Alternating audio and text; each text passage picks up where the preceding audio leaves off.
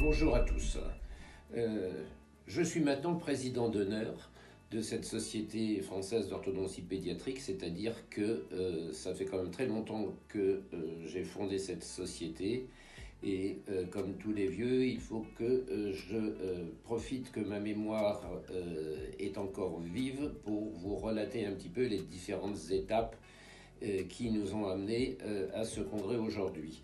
La date la plus importante, ça a été 2004. En 2004, l'ANAES, qui est maintenant devenue la Haute Autorité de Santé, publiait ses recommandations concernant l'orthodontie et l'orthopédie dentofaciale et établissait un certain nombre de pathologies qui devaient être traitées en denture temporaire. Il conseillait d'une manière consensuelle que la première consultation ait lieu systématiquement avant l'âge de 6 ans.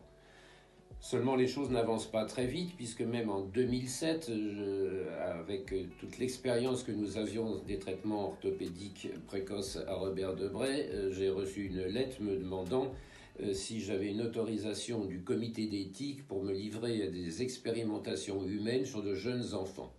Bon, la réponse était évidente. Ce sont des traitements qui sont inscrits à la nomenclature de la sécurité sociale et remboursés par cette dernière. Or, beaucoup d'orthodontistes à l'heure actuelle disent « Amenez-moi votre enfant quand il aura 9 ans. C'est fini, ils n'ont plus d'action sur cette partie. » S'ils essaient d'agir, ça ne marche pas. Ils disent « Ça, c'est pas possible. Du moment que je n'obtiens pas ce résultat, c'est pas possible. » En réalité, c'est une erreur. C'est parce qu'ils n'ont pas respecté cette notion de développement chronologique de la partie antérieure, c'est de la naissance à 6 ans, plus particulièrement de 3 ans à 6 ans.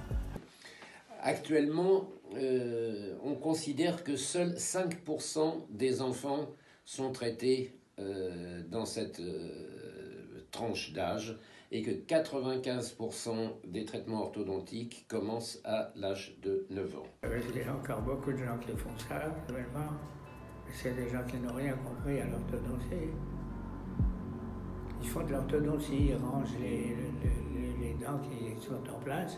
Alors pour pas que ça soit bousculé, ils enlèvent une dent de chaque côté, en haut et en bas. Il y a de plus en plus de procès aux États-Unis pour mutilation pour des orthodontistes qui ont enlevé 4 prémolaires. Exactement, ça va venir en France. C'est pourquoi nous avons en 2010 décidé de créer la SFOP. Parce que les traitements en denture temporaire, c'est important, à condition qu'ils soient bien faits. Et le problème, c'est qu'il n'y a aucun enseignement de l'orthodontie pédiatrique dans le cursus des orthodontistes, que ce soit l'internat maintenant et ce qu'était le SEXMO. En réalité, l'orthodontie pédiatrique, ce n'est pas un transfert des techniques de l'orthodontie de l'adolescent vers le jeune enfant, c'est véritablement un autre métier. Et cela me rappelle une grande discussion que j'avais eue avec Julien Philippe au retour d'un congrès de la Société internationale de morphologie faciale, où il me disait « c'est vraiment très différent. Moi, on vient me voir parce que j'ai une petite dent qui dépasse de 2 mm ou qui est trop en avant. Vous, on vient vous voir quand on est véritablement malade et je suis très impressionné par les résultats que vous pouvez avoir. » C'est sous la pression des parents des enfants que les choses vont se modifier. Il y a une quinzaine d'années, il y a eu une grande communication à travers tous les médias, radio, télévision, grand quotidien. Dans l'actualité de la santé, c'est un objet que portent en eux 10% des enfants. Les appareils dentaires qui garantissent en principe un sourire immaculé après quelques années de moquerie doivent être portés dès le plus jeune âge. Isabelle Marc et Bassel Al-Rifaï nous expliquent pourquoi il ne faut pas attendre d'avoir 10 ou 11 ans. Et à partir du moment où la nourriture est dure, elle doit être mastiquée et non pas avalée par succion. Comme avec le biberon, on a une contraction des joues et qui empêchent les mâchoires de grandir. Les problèmes dentaires des parents ne sont absolument pas transmissibles. Si on n'intervient pas tôt, la croissance va aggraver ces choses-là et on va arriver à un âge où on n'aura plus d'action au niveau de la croissance. Donc il faudra compenser en enlevant des dents définitives, en mettant des forces mécaniques, des casques et des choses comme ça. D'ailleurs, toutes ces vidéos sont disponibles sur le site de la SFOP et qui ont commencé à lancer cette idée de traitement précoce et efficace. Pendant plusieurs années, pendant presque ces 10 ans, nous avons fait 7 petits congrès qu'on appelait les entretiens de la Société française d'orthodontie pédiatrique. Nous avions 120 personnes qui venaient et qui suivaient nos travaux.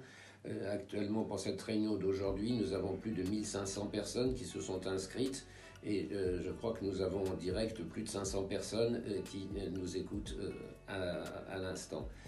Donc j'espère que les conférences que nous allons vous présenter aujourd'hui vont vous permettre d'améliorer, de comprendre un petit peu toute cette orthodontie pédiatrique qui n'est pas une orthodontie de spécialistes. C'est pour ça qu'elle est ouverte aux omnipraticiens, aux pédodontistes, aux gens qui ont l'habitude de traiter des enfants, aux orthophonistes, aux kinés, aux ostéopathes. Je crois que l'enfant n'est pas divisé en tiroirs, c'est un tout et les traitements et la compréhension des pathologies doivent être multifactoriels et intégrer une équipe cohérente, complète et ayant le même sens des besoins de l'enfant. Et donc je repasse la parole au président Bergeron que je remercie de prendre la suite de ma présidence. Voici le premier congrès de la Société française d'orthodontie pédiatrique. Je suis vraiment très honoré de prendre la présidence et de succéder à Patrice Fellus.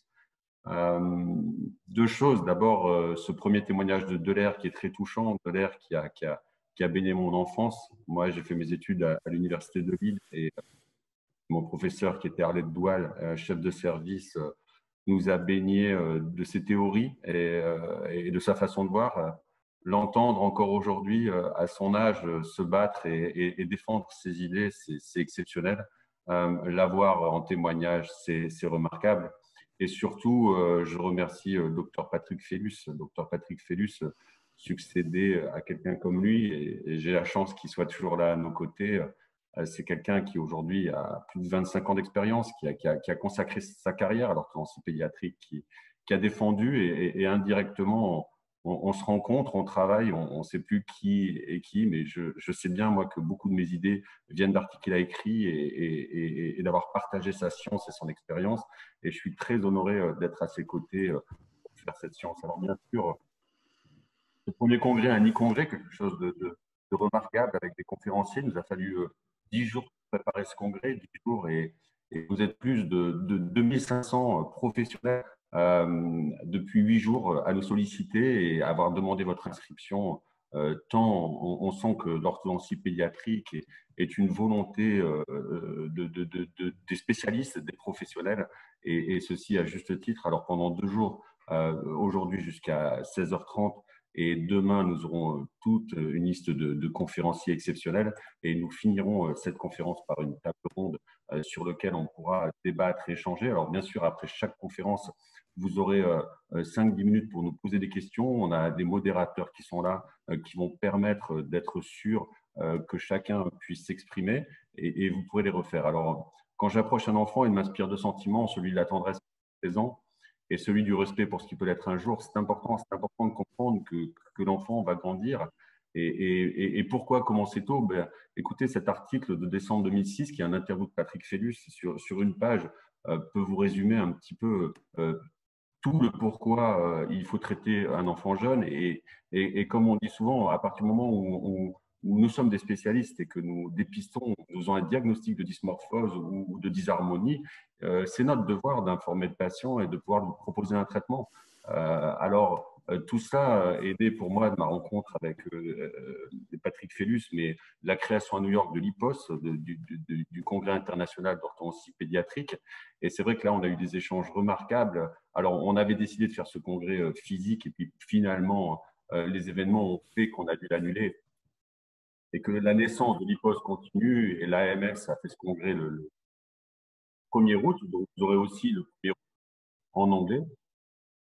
Cette conférence qui va être de l'IPOS. Et pour nous, on s'était engagé à ce que vous ayez 2 jours de congrès. Alors, en 8 jours, on a fait ces 2 jours gratuits et vraiment, on vous remercie chacun pour votre participation, le succès. On a fait cette assemblée générale il y a 10 jours et j'ai été élu président et vraiment, c'est un honneur. Et écoutez ces quelques mots de Patrick Fellus au démarrage de cette assemblée générale. Alors, si j'adore ces mots parce que d'abord, faire une société scientifique, j'ai participé à de nombreuses sociétés scientifiques, j'en ai créé, j'étais président. Et pour moi, une vraie société scientifique, c'est une partage de connaissances, c'est une partage d'idées. Elle doit être fondée sur des vraies valeurs. Et c'est la première fois que je rencontre quelqu'un avec autant de valeurs, et je parle de Patrick Fellus, et cette conviction à vouloir faire avancer cette science, à être juste et à trouver un intérêt vraiment profondément par passion d'enfant. C'était le président d'honneur, Patrick Fellus, mais je veux remercier aussi le bureau, les vice-présidents, Patricia Culbès et Morgane Varnier, notre trésorière Marguerite Landru et notre secrétaire général Reda Alum. Avant de passer la parole à Patrick Fellus, je voudrais aussi remercier notre équipe parce qu'on est une véritable équipe de développement stratégique qui a organisé ce congrès en quelques jours et vous allez voir qu'en dehors des replays, tout ça va s'organiser. Notre orthodontie pédiatrique est basée sur une théorie et on va voir après les théories, mais nous défendons l'approche fonctionnelle, c'est-à-dire que si la tête est une structure composite, plusieurs fonctions indépendantes, la respiration, la déglutition, l'équilibre, chacune d'elles est réalisée par un groupe de tissus mous et protégée par des éléments squelettiques et l'os ne croît pas, on le fait croître. L'adaptation du génome dépend de la fonction. La matrice grandit et le squelette s'adapte. Donc, c'est vraiment à partir de ces théories qu'on a déposées. Pourquoi? Parce que tout le monde n'est pas d'accord. Mais je fais un petit passage quand même au professeur Diarou qui dit il n'y a pas de sens sans controverse. J'arrive pas à parler. Hein. Patrick, juste après, nous retournons en parole et en fait, de dire qu'il y a un consensus en science, c'est une fantaisie, ce n'est pas vrai. La science est faite de controverses. Donc, je pense que la controverse est importante et c'est l'intérêt du partage et de cette société d'orthodontie pédiatrique et du congrès d'aujourd'hui. Ça va être de pouvoir échanger au niveau de cette science sans jamais oublier ce que nous dit l'Organisation mondiale de la santé, qui dit que la santé est un état de bien-être physique, mental et psychique qui consiste pas seulement à une absence de maladie ou de syndrome. Ça veut dire que c'est vraiment une nouvelle sensation et c'est un peu notre devoir aujourd'hui d'accompagner l'enfant, vous voyez, avec une équipe. Donc, la collaboration étroite entre les orthodontistes, les orthophonistes et toutes ces équipes qui s'est fait naturellement, qui est publiée et qui montre bien que c'est un ensemble. Un petit message aussi pour Daniel Rollet qui a aussi défendu, et paix à son âme aujourd'hui, il est parti sûrement trop tôt, mais qui disait que de toute façon, l'ANS et l'AAS recommandent d'ailleurs de traiter précocement les anomalies et que de ne pas traiter les enfants, ce serait une perte de chance et qu'aujourd'hui, on a un intérêt. Alors, bien sûr, pourquoi orthodontie pédiatrique? Parce que les pédiatres, on sait que c'est les enfants jeunes et souvent on parle de teenagers, de tout ça, mais l'orthodontie pédiatrique, pour nous, c'est vraiment de commencer sur les dents lactéales le plus tôt possible. En tout cas, dès qu'on a dépisté une déformation, j'aime dire que des fois, les spécialistes de l'orthodontie pédiatrique, les gens qui regardent l'enfant et qui aident la nature, c'est un peu des jardiniers parce que c'est comme une plante en fait. Vous avez un capital génétique et ce capital génétique, il faut qu'il s'exprime, il faut l'aider, il faut le développer. Donc, il faut vraiment une grosse observation et j'aime à travers Patrick cette notion de sémiologie, d'études de signes cliniques qu'on va voir pendant 3 jours, de comprendre tous ensemble les cycles cliniques pour améliorer la croissance dans le respect des gènes. Et je dis aussi qu'un enfant, c'est un peu comme une Formule 1, c'est-à-dire que ce n'est pas des voitures qui sont faites à la chaîne, c'est les unes derrière les autres. Des fois, quand on met des appareillages, il faut faire un petit tour à l'appareillage, voir comment il réagit. Il faut être assez humble devant la nature et devant la connaissance et devant la science. Et donc, il faut vraiment passer beaucoup de temps dans l'observance. Alors, bien sûr, les parents, quand ils ont un enfant, on a envie de le protéger. Le protéger, c'est aller voir le moins souvent le médecin, dire qu'il n'a pas de problème. Mais en réalité, je dis toujours aux parents, vous savez, votre enfant, il va bien, il n'a pas de problème. On est juste là pour vous aider, pour l'aider à mieux grandir, pour l'aider à développer. Mais il faut créer cette notion d'aide à l'enfant dans sa croissance, dans ses metamorphoses. Il ne faut pas faire peur aux parents, il faut les accompagner. Comme on accompagnerait une plante, il faut apprendre, comme un père ou une mère va accompagner son enfant, à nous, spécialistes, accompagner les enfants. Voilà, je vous remercie et je suis très heureux d'avoir fait cette cérémonie d'ouverture et je redonne la parole au président d'honneur, Patrick Fellus. Eh bien, écoute, je crois que c'est moi qui suis très heureux de savoir que je ne suis pas le seul à penser comme ça. Patrice Bergeron, que j'ai connu il n'y a pas si longtemps, a eu un cursus un petit peu similaire au mien, c'est-à-dire que on écoute quand on est formé, on essaye de poser des questions. Comme on n'y répond pas forcément, nos enseignants n'y répondent pas forcément, on essaye de trouver des solutions par nous-mêmes. Et c'est peut-être ça qui nous fait progresser. Donc, je suis très heureux qu'il me succède. Nous n'avons pas eu la même formation. Il a été formé à Lille avec Duval Bissière que j'aime beaucoup. Mais surtout, il a depuis très longtemps senti que l'orthodontie devait être précoce. Et voilà, je pense que je lui laisse la société avec toute son énergie. Et je tiens à le remercier, de même que toutes nos équipes techniques, Baptiste, Guillaume, Mathilde et tout, qui ont fait quand même beaucoup de choses en 10 jours pour pouvoir vous offrir ça. Donc Patrice, je te laisse la parole et puis je ne pense pas que j'ai besoin de te contredire. Si jamais j'étais amené à te contredire, ne t'inquiète pas que je n'y manquerai pas.